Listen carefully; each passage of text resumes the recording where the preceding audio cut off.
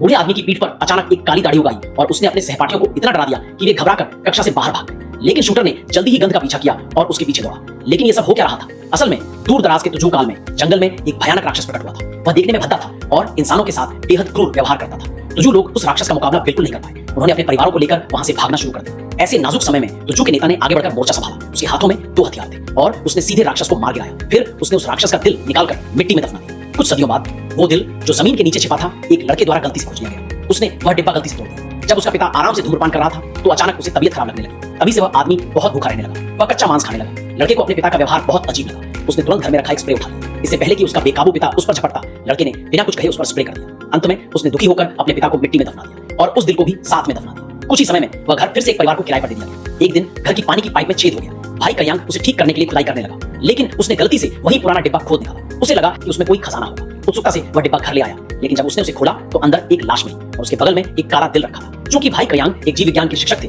इसीलिए वह उस चीज को देखकर बहुत उत्सुक हो गए। पर उम्मीद के विपरीत वो काला दिल सीधा उनके शरीर में घुस गया। इसके बाद से भाई कयांग का व्यवहार अजीब हो गया। उसने देखा कि वह कच्ची सब्जियां खाने लगा। वह तो यहाँ तक कि कच्चा मांस भी बड़े चाव से खाने लगा। लेकिन मांस खाने के बाद उसके शरीर में गड़बड़ होने लगी। उसका पेट जोर जोर से उछलने लगा, जैसे उसमें कुछ है जो बाहर आना चाहता है। डर के मारे भाई कल्याण घबरा गए और अगले ही पल उनके पेट से एक जानवर बाहर निकल आया। भाई कल्याण ने उसे बाहर निकालने की कोशिश की, लेकिन पूरी कोशिश करने के बावजूद वह सफल नहीं हुई। उनके पास अब कोई और विकल्प नहीं था। उन्होंने बिना कुछ सोचे एक कैंची उठाई और सीधे उसे बीच में से काट डाला।